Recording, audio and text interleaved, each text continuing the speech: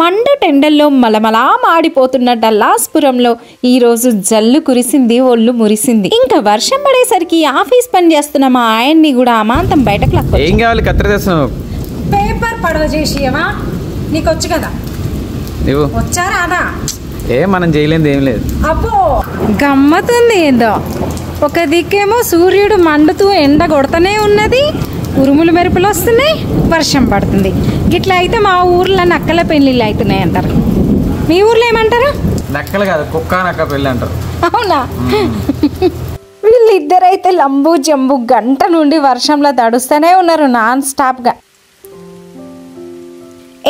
మన పేపర్ పడవ రెడీ అయిపోయింది. ట్విస్ట్ ఏంటి జగన్నాథం అంటే మా ఆయన పేపర్ పడవ చేసి ఇచ్చేసరికి వర్షం తగ్గిపోయి కాల్వ చిన్నగా అయిపోయింది. నాది పెద్ద పడవ, బుడ్డిదాంది చిన్న పడవ. అక్కడే వచ్చింది చిక్కంతా.